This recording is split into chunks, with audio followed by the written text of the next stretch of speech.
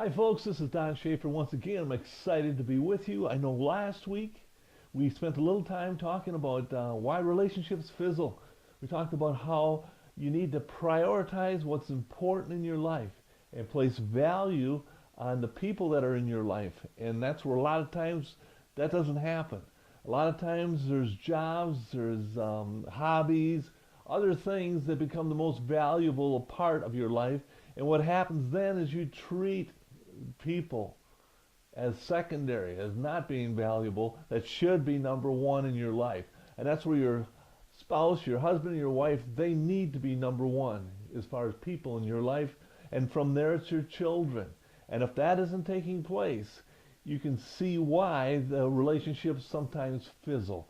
Because, the stuff that is needed there and the value system is just not there. And then we talked a little bit about what happens sometimes, and I don't know if it gets in the front door or the back door, but there's an element that happens in relationships sometimes that really is destructive, and that is the element of selfishness.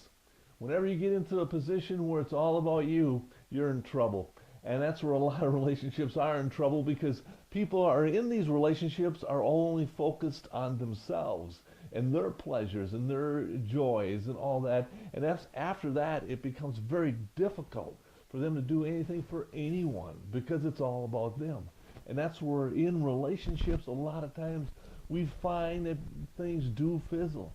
But it doesn't mean you can't change it. It just means you need to stop and say, hey, you know what? I need a new focus here. I need to realize that my family is number one in everything that I do. And therefore, whatever situations I need to go through, I will do that.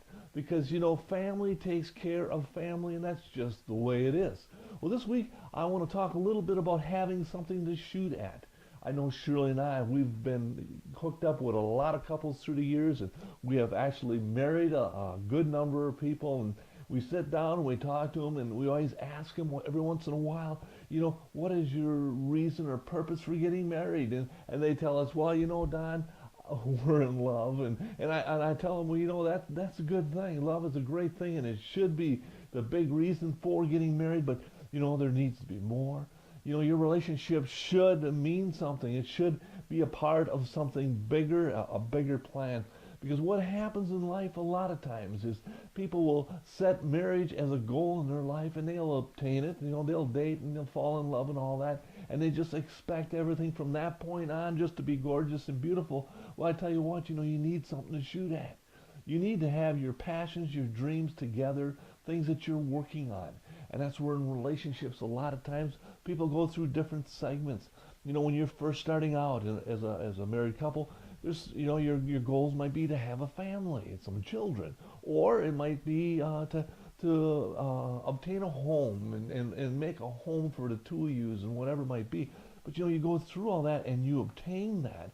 Well, from that point on, you need to establish other dreams and other goals and passions that you're going after together, so that throughout life you're always seeking to develop and go after areas together as a team.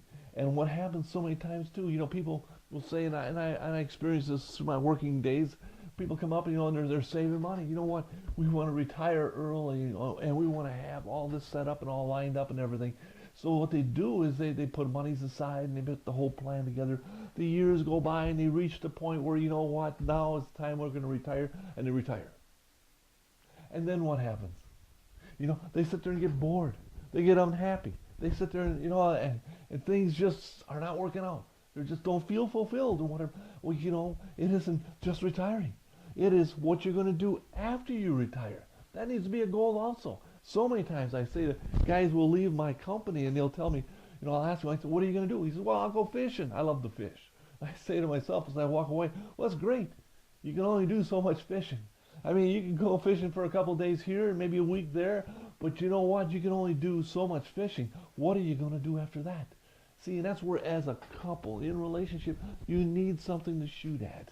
And that's where my encouragement is to you, to be able to work together and try to find your dreams and your passions and try to put a plan together to obtain some of this stuff. And working together can be so much fun. Shirley and I, we plan vacations a lot, and we have such a good time with different areas of our life because we're working together as a team. That's where I want to encourage all of you to find something if you don't have, something to shoot at, no matter what phase of life you're in. I want to thank you for being with us, and I will see you again next week. Thank you so much.